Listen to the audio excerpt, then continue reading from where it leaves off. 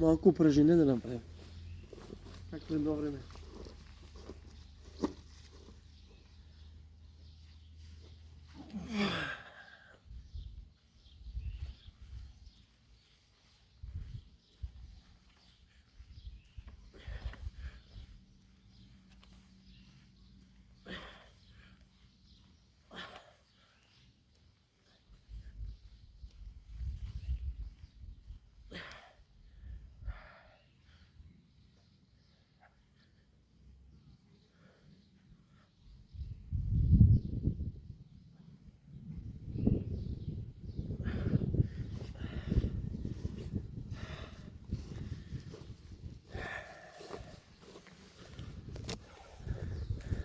Село Враниково на училище Никола Юнков Вапцаров.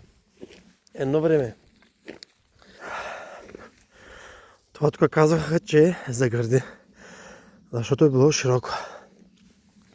По-големите ботковци, които си мислиха, че разбират от мускули. Както тук това за набиране, широк хват, тесен. Както тук се качваш нагоре. Или тук сега много фитнесчи, много разбирачи, големи ръце и бради, а така бабаите не могат да се качват от тук нагоре, от там. А сега сметат калории, протеини пият, диети правят, не могат да се качват.